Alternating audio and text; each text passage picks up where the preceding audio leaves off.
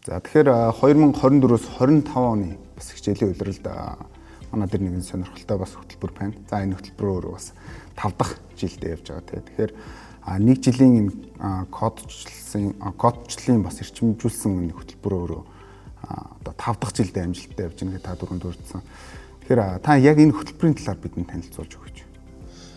Манай IU институцийн IU институт болон санхүү эдийн засгийн их сургуулийн хамтарсан одоо 1 жилийн кодчлын эрчимжүүлсэн хөтөлбөр маань 5 жил хугацаатай ингээд хөгжөөд явж байгаа. За тэгэхээр энэхүү хөтөлбөрийн гол онцлог давуу тал нь гэвэл яг одоо програм хангамжийн инженерийн мэдэх ёстой бид нар 10 хичээлийг сонгоод тэгээ энэ 10 хичээл нь бол өөрөө зайлшгүй мэдэх ёстой гэсэн юм 10 хичээлийг сонгож байгаа. За тэгэхээр энэ хөтөлбөрийг бол яг манай багш нарын багийнхан нийтдээ хамтдаа гаргаад за тэгээд практик болон онлайн мэдлэгийг хослуулад тэгээд ийм 10 хичээл байх юм байна. За тэгээд 10 хичээл нь бол 1 жилийн хугацаанд бол ингээд амжилттай програм хангамжийн инженерийг гаргах боломжтой байна гэж үзээд бид нар бол Монголд анх удаа яг энэ 1 жилийн хөтөлбөрийг санаачлаад ингээд хийсэн багт 5 жилийн өмнө.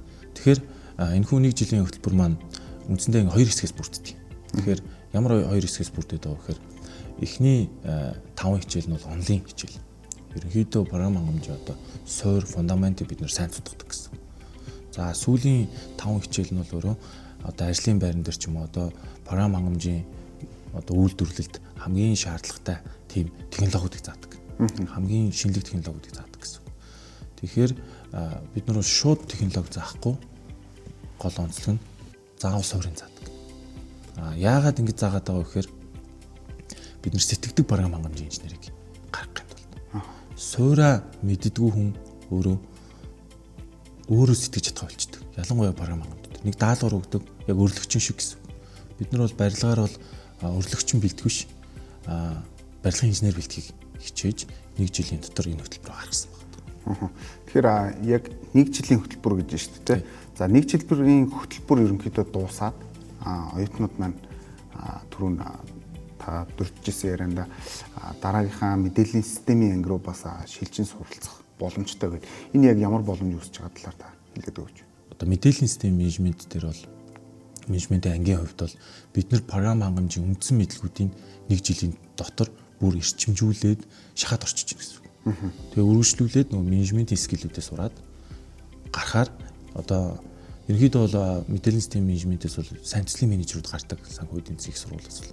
Тэгэхээр IT-ийн сайн төслийн менежерүүд нэмээд маш сайн одоо програмчлалын скиллтэй болоо гарч ирсэн. За тэгээ сүүлийн үед бол ер нь дэлхийд даяараа яг энэ код бичдэг хүмүүсийн хэрэгцээ бол асар өндөр байгаа тийм. Тэгэхээр манай Монголч гэсэн ялгаагүй бид нар яг код бичдэг хүмүүс ингээд хайхаар бас яг ажиллах болсон хүч нэлийн цөөхөн байгаа шиг байна. Тэгэхээр та яг энэ програмын яг давуу талыг хэлээд өгөөч. За яг одоо энэ боловсон хүчин дутмаг гэдэг дээр манай хөтөлбөр үүссэн яг энэ дээр. Одоо та хэд мэдж байгаа зангаа ч юм уу те одоо янз бүрийн одоо рекрут хийдэг одоо хүний нөөц рекрут хийдэг сайтууд одоо тийм байгууллагууд бол IT-ийн хамгийн хомсдолтой байдаг. Тэгэхээр бид нар одоо манай энэ сургалт маань гол үндэс нь яг энэ дээр л гарч ирсэн. 2 том сургууль зааж байна. Гэхдээ 4 жилийн дараа бид нар нөгөө хүний нөөц авах гэдэг байна. Тэгэхээр бид нар жилийн дотор ерөөсөө энэ одоо эрэлттэй зах зээл дээр хүмүүс нийлүүлэх боломжтой юм байна. Гэхдээ чанартай хүмүүс нийлүүлэх боломжтой юм байна гэдэг яг энэ эрэлтэн дээр тулгуурлаж манай энэ сургалт маань эхэлсэн. За яг энэ дээрээ тулгуурлаж манай хөтөлбөр маань шинжлэхдээ явж идэг гэсэн.